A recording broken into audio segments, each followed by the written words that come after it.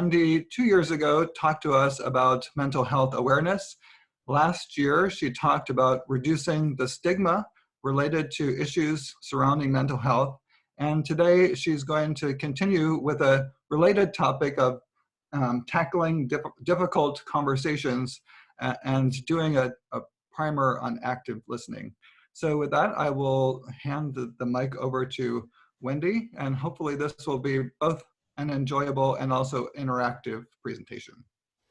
Thank you so much, Matt. I really do appreciate it. And I know that everyone's had a couple of full days of Zoom and probably are suffering from Zoom fatigue. So in the spirit of that, we're hoping that this will be both informative and perhaps a little entertaining. So with that, let's see, that does not work. That one works. There we go. Okay. So thank you so much for introducing me, Matt. And as Matt mentioned, I graduated with my PhD from UC Berkeley in 2015 and have been engaged in research for 16 years now, from molecules to populations, focusing on mental health and various aspects of brain and behavior research. I also have, again, as Matt mentioned, created a series of peer-led organizations to address the mental health problems. So first at UC Berkeley, I was one of 9 co-founders of the MCB Grad Network. And then at Johns Hopkins a couple years ago, we founded a mental health grad network. And now I have founded a global, worldwide nonprofit organization called Dragonfly Mental Health, named in honor of a fellow UC Berkeley alum, Chris Alvaro. So what Dragonfly Mental Health's doing is a lot of different things, but there's 3 major components. One is we have recruited volunteers from around the world in a global consortium that conduct research and are aiming to address systemic issues within academia that affect mental health. We also have 3 weekly live sessions of networking and peer support called Dragonfly Cafe. And this is one of the components of something we're calling our on-campus program, where honestly, we've piloted most of these projects here due to the leadership of the MCB and especially CDB and Matt Welch's leadership. So thank you for helping us create an evidence-based program to create culture and climate changes within academic communities. You can read more at dragonflymentalhealth.com or just reach out to me directly. I'm a very friendly person, so happy to chat. So as Matt mentioned, there's a lot of domains in which we can be active in improving mental health. And one we did 2 years ago, mental health literacy. Last year, we were fighting stigma. And today we wanted to introduce at least the main ideas from something that is usually a 90-minute workshop. So this is going to be kind of lightning fast. And in order to engage people, but not overly fatigue folks and take the least amount of possible time, we decided to create polls for you and I to interact and interact as a group. And also we filmed some skits in order to demonstrate some of the principles that I'll be introducing today. So the topic of this talk today is tackling tough conversations. So one of the things that I heard a lot of when I was at CDB retreats and other MCB retreats and communicating with other folks at Hopkins and Notre Dame and University of Arizona is that a lot of people know that people may be struggling or suffering, either their colleagues or their mentors or mentees, but they don't know how to broach the subject. They don't know how to have that conversation. And so active listening in this particular workshop introduction is meant to bridge that gap. We're all very, very smart people. You can pick these kinds of skills up quite quickly. So you just need to know what they are. There's 3 major pieces of being able to engage in a tough conversation, though. One is setting boundaries. So being really clear what your role is, what you're willing to do and participate and speak about. And that's something we'll touch on briefly. The other thing is to respect and really protect the privacy of whoever you are speaking to. So nothing will shut down conversations faster than if someone revealed something to you in what they thought was confidence, and you broke that privacy and shared information with other people without their permission. And then the third thing really is all the skills that we'll touch on today is communicating with compassion. That's all the skills really are aiming to do, and we do this through active listening. So I'll pause for a second and actually put up a poll. So I want to know from you all, what do you consider yourself a good listener?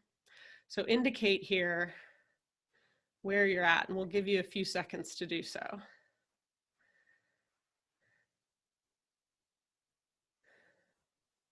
Getting close, 70%. All right, let's show. So the majority of people said pretty good. Yes, some said yes, some said pretty good. Let's see, can you see this now? Am I sharing them? Okay. So yeah, the majority of people said pretty good or yes. Okay, so let's do the next poll question. And I want you to try to answer this honestly. Do you generally consider your colleagues within the department good listeners?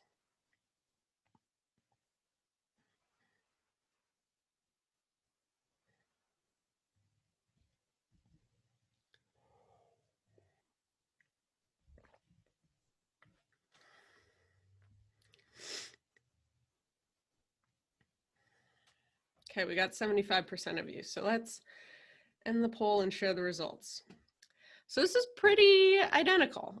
So you guys both feel like you're pretty good listeners, and people that you work with are pretty good listeners too. So that's better than what could have happened, where most people could have said that their colleagues are bad listeners. So it seems like everyone's kind of on the same page, which is nice. So, all right, now let's go back to talking about knowing your boundaries. So you'd need, before you engage in a conversation, you do need to think about carefully, what you're willing to do and be. And 4 options are: to be a resource. You can provide information. You can be a helping hand, providing support and encouragement. You could be a sounding board. So this is, employing those active listening skills and providing advice when asked for. And the final piece could be, you could be a referral source. So if you are recognizing the need for some additional assistance, or things are outside your domain or your ability to help or support comfortably, you can direct people to the appropriate source for that kind of support. You are not, and no one wants you to be frank, a therapist, a parent, a doctor, not a PhD, an MD, an emergency or health provider. So being really, really clear that that is not what anyone who's speaking to you wants you to be, and also being clear that that's not what you intend to be, is really important. So setting clear boundaries is a lot easier than it feels at first. And so just saying something like, I'm not a trained mental health professional, but I want to make sure you get the help that you need. Making sure to indicate that there are some limits there to your confidentiality if, for example, you're a mandated reporter. So knowing that, being very comfortable with that, and letting people know what those limits are when you're engaging in a conversation with them, while not shutting down the conversation altogether. And then, as I mentioned earlier, respecting the person's privacy is so absolutely key. So do not share names or identifying details with anyone without explicit permission, unless you are required to do so by law. There are some services where you can speak to counselors or therapists or advisors at the Counseling and Psychological Services Center, and they have essentially patient confidentiality, but don't, and you can, talk to them potentially about gaming. How do you talk to someone? What do you do? How do you advise someone you're maybe worried about? And that's still private and privacy, because they're obligated to be 100% private about it. But if you're talking to someone else down the hall from you, respect their privacy. Do not share names. Do not share any identifying details. So how do I, losing this? Okay, there we go. So for active listening skills to work, you really have to start by tuning out everything else and focusing on the person who's talking to you. You have to try to do two things: understand both what they're saying, the content of what they're saying, as well as what they're feeling, the affect, what they're saying with their body language. You want to be able to put your understanding of the message into your own words, not just, play, echo and say exactly what they said right back to them, but to be able to do that in order to get verification that you are understanding what they're saying. And then you ultimately want to deliver a message of support that's not an evaluation, an opinion, or generally advice, unless they've explicitly asked you for it. So for active listening, there's 4 key pieces. There's kind of 7 skills altogether, but the 4 ones we're going to touch on today are questioning, paraphrasing, reflecting, and summarizing. So starting with questioning, there are close-ended questions that lead to specific answers. So you can ask, are you missing your family? Are you feeling sad? When did you start feeling this way? Did you talk to your advisor about this? And these can be helpful in getting information, but it doesn't necessarily continue the conversation. Whereas if you ask open-ended questions, what's going well for you? What are you struggling with? What would you like to talk about? What options have you considered for dealing with this? What questions are really, really good? And also articulating and normalizing that things could be good and could be bad, that's very typical. And so some of the keys to success with questioning is to be a little bit careful with why questions. Like I said, what are pretty good. Close-ended questions can get you a few key pieces of information, but tend to slow down conversations. Why questions can come off as accusatory. So the person may feel that they have to now defend their actions or their thoughts that they've just shared with you. So be a little careful with why. You also want to be patient. Silence is kind of a superpower of active listening, because it's an encouragement. It's an unstated encouragement to keep going. And it allows the person who you're talking to think, to talk, and to explore more than if you fill the silence or make suggestions right off the bat. And then honestly, very minimal encouragement, either nonverbal or verbal, really helps to move the conversation along. So simple head nodding, smiling, or verbal, go on, really can help and help a person feel like they can open up to you. So this is going to be the first skit. We'll play 2 of them back to back, and we'll have a couple poll questions right after that. Hello, Chris. You wanted to talk about something? Is it about your project? Yes. Hi, Dr. Ingram. No, not exactly. I wrote into my email that I needed to take a little time. Time off already? You only started your postdoc 6 months ago. When I did my postdoc, I wrote my F-32 and had secured funding before.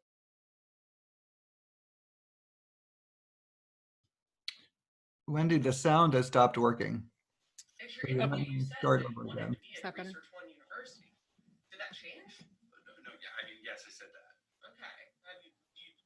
Did you change your mind at all? No, I was just hoping I could maybe take a little time. We don't have time for that. We need to get your F-32 out and get you funding. I'm happy to review your grant. Please send it to me by this weekend. So there's one conversation style. And here's another one. Hey, Chris. Thanks for coming in. How are you? How are things going? Yeah. Hi, Dr. Ingram. I'm good. Actually, not that good, which is why I needed to talk to you. Go on. Well, like I mentioned in the email, I was hoping to take a few days off. Okay, that's definitely possible. Can you tell me a little more? Yeah. Thank you. I really appreciate it. I just needed a couple days, and I could come right back. It's a family thing that I wanted to go back home for. And my experiments are going really well. I set up the series that we talked about, and I have everything all set up. So I will make sure that there is that the cells are prepped, and no one needs anything from them. I can come right back in 3 days before they need to be imaged. We are planning to do these 5 points, and I have it all prepped, and organized. So it shouldn't be a problem. I know I've only been here 6 months, so these things were going to be great preliminary results that I'll include in my F32 application. So I don't want to slow anything down, and no one else needs to do anything for, if I only take these 3 days, I'll be able to do it all. Okay. Thank you. I appreciate it. My grandma died, so it's the funeral that I want to go home for, and it's my mom's mom, and she's having to take care of everything, and I wanted to be there at least for like the day of the funeral. Chris, I'm so sorry. I'm so sorry. Are you? You can take more time off if you want to go home and support your mom. It's really fine to do that. Are you sure that'd be okay? That's not too much of a burden. It's so important to take care of ourselves at times like these, and we in the lab are super happy to help and step up and support you. The time series can wait. This is really important. Do you want more time? Can I let you know? Absolutely. Yeah. All right, so we found out quite a bit more information with the second skit. So let's launch this poll and see what you all noticed about in the first scene, what the listener was doing versus what in the second scene. Can you guys see the poll? Okay, now they're coming in.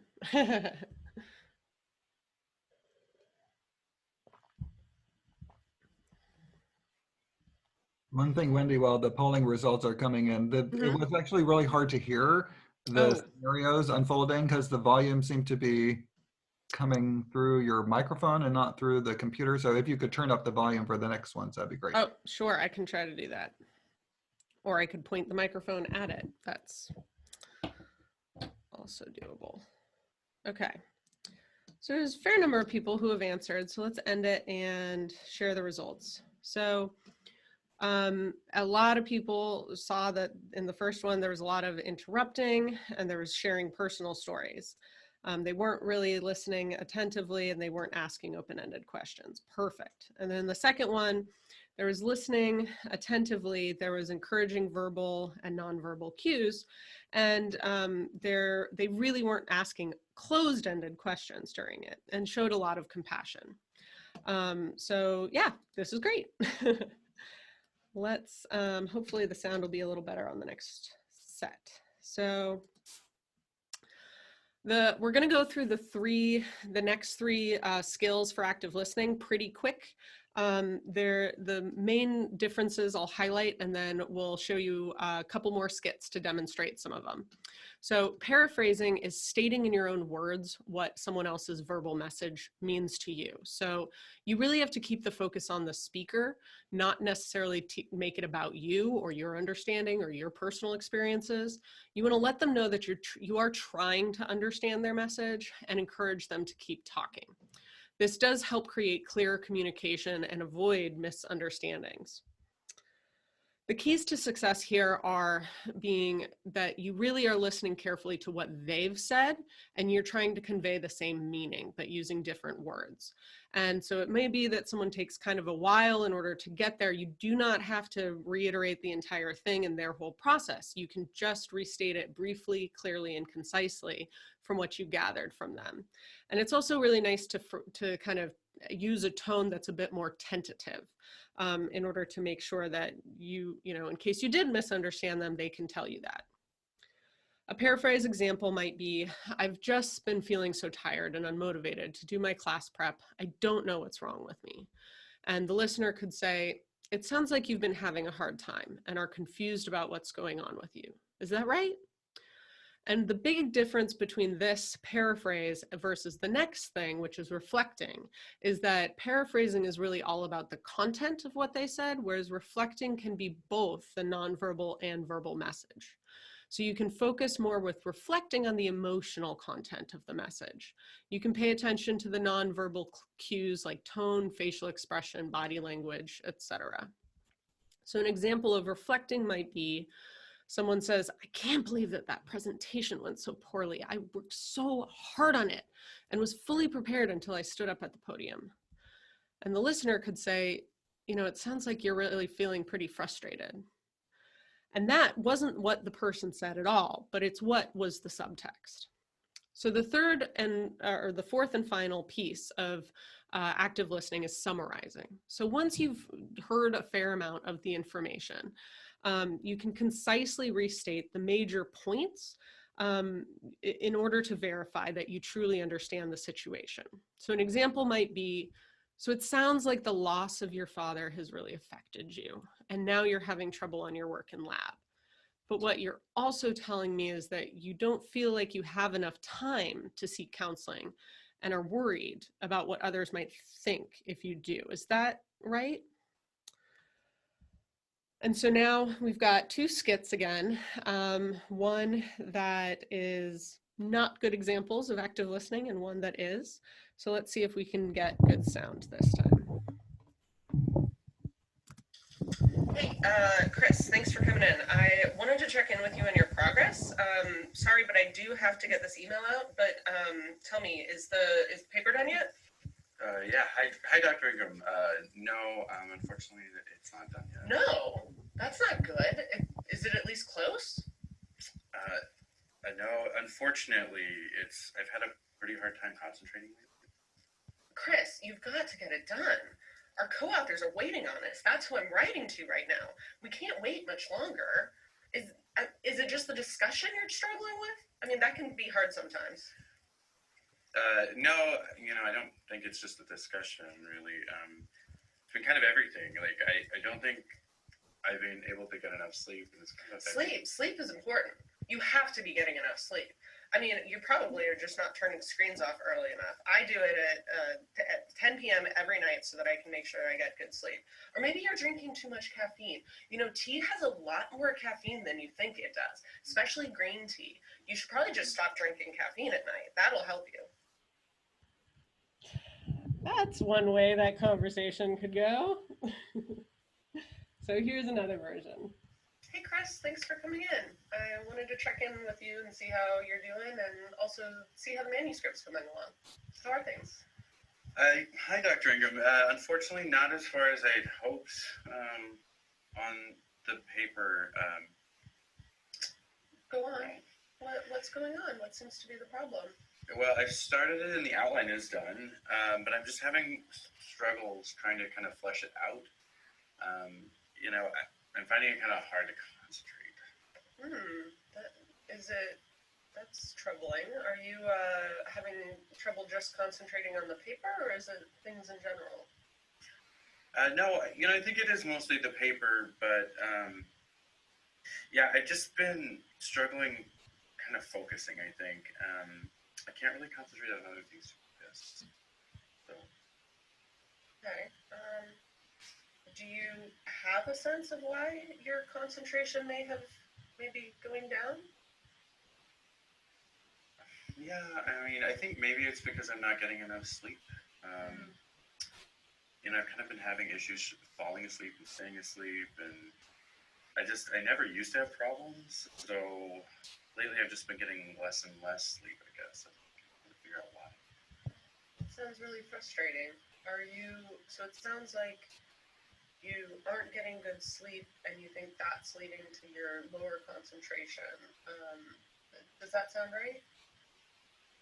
Yeah, I think that could be it. All right, so hopefully the sound was a little bit better there. What we will do next is ask you to see what you noticed again about the first skit versus the second skit. So what kind of things did you see the first listener doing versus the second listener?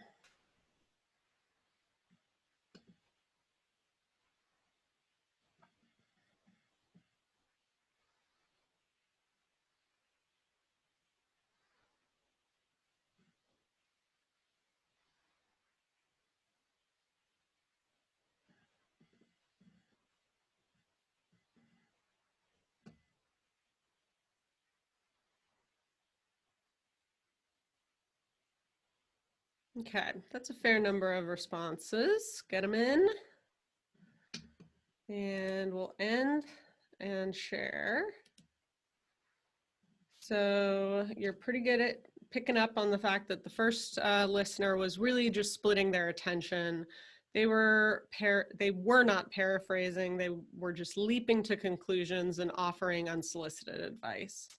A lot of people noticed they offered unsolicited advice. So in the second scene, we saw that they were asking a little more probing questions and reflected the feelings back to them. They were also not blaming the person for experiencing what they were experiencing. So that's great. And so the final piece of active listening really is about expressing compassion effectively. So the way to do that is, and the point of it is to listen without judgment, to clearly express your compassion to them. And you can do that by a few really just key phrases of, it seems like you've been struggling lately. I'd really like to support you. Can you help me understand what you're struggling with? If perhaps you're trying to get them to share more information with you. Also telling them it's common to struggle in programs like this. I'd like to help you get the care you need to succeed. It's very compassionate. And explicitly saying, now I'm not judging you, but I am concerned. You seem to be having a hard time, and I want to know how I can help. So once you get to that point in a conversation, again, you want to clarify your concern and know what role it is that you think it's going to be most helpful for you to offer to be. The role of resource, of a helping hand, of a sounding board, of being a referral source, recommending something to them that might be useful in order that you can't provide. And unfortunately, not all situations people are ready to receive help or, might be resistant to you offering help to them. And if it's not an emergency, which we don't have time to cover in this scenario if it is an emergency, but if it's not an emergency and they don't want help, just remain patient, friendly, and open. Encourage them to speak with someone perhaps that they do trust, and let them know that when they are ready, there are definitely options for support. You can offer to help in the future, but definitely do not threaten them with hospitalization or treatment or getting kicked out of the program. Threats really don't help. Especially if someone's struggling and maybe struggling with stigma, an internal stigma about being, seeking help. So we've got two last teeny little clips that end both of these conversations that we just saw. So let's see how they went. So kind of everything. Like I don't think I've been able to get enough sleep. Sleep is important. You have to be getting enough sleep. I mean, you probably are just not turning screens off early enough. I do it at 10 p.m. every night so that I can make sure I get good sleep. Or maybe you're drinking too much caffeine. Tea has a lot more caffeine than you think it does, especially green tea. You should probably just stop drinking caffeine at night. That'll help you. Yeah. No, I don't think it's the tea. Well, whatever it is, you need to get your stuff together. Honestly, it's only been 6 months, but you're not cutting it. You may not have what it takes if you don't get this done. Pretty brutal. So it sounds like you aren't getting good sleep and you think that's leading to your lower concentration. Does that sound right? Yeah, I mean, I think that could be it. It's actually quite common to struggle in programs like these. And, well, I'm not a mental health professional, and I'm not saying anything seriously wrong. Have you thought about talking to your doctor or maybe seeing a therapist about this sort of a thing? I mean, I haven't, but I could. There's no shame in it whatsoever, and lots of people struggle, and I know a lot of colleagues, myself included, have really benefited from talking to our doctors about these things and getting help. There's no problem with that, and I support you doing that, whatever you need. Thank you, Dr. All right. So with that, let's see what you thought the two listeners did in the 5th and 6th scenes.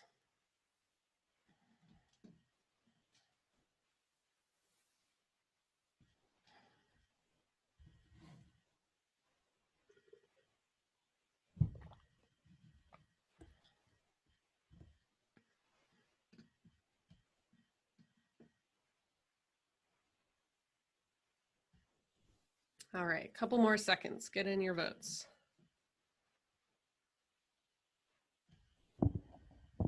All right, let's end the poll. See what you said. So ubiquitously, everyone said that the first listener was lacking compassion. And in the second scene, the listener was doing a good job of normalizing the struggle and normalizing seeking help. So these are both really great things to help the person get, the help that they're going to need. So with that, that's the end of the presentation, and we were pretty close to on time. And so I just want to kind of, emphasize the 4 pieces of active listening that we talked about was questioning, paraphrasing, reflecting, and summarizing.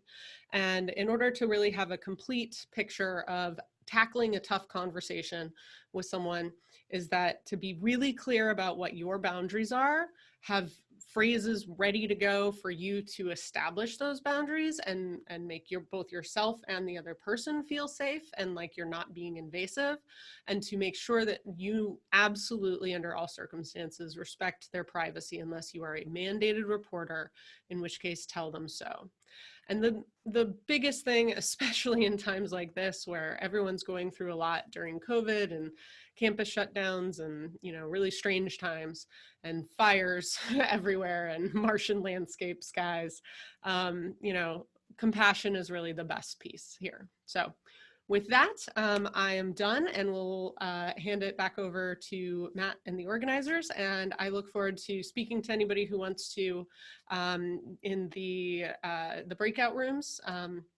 I'll be in one of the Zoom rooms, so it's on the schedule. Come join me.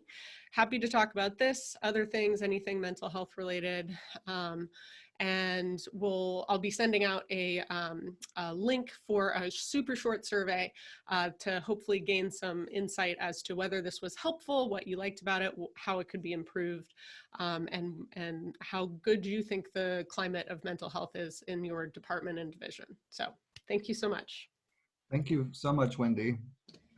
This is the hardest part of Zoom, is that there's literally no sound that accompanies. So I'm going to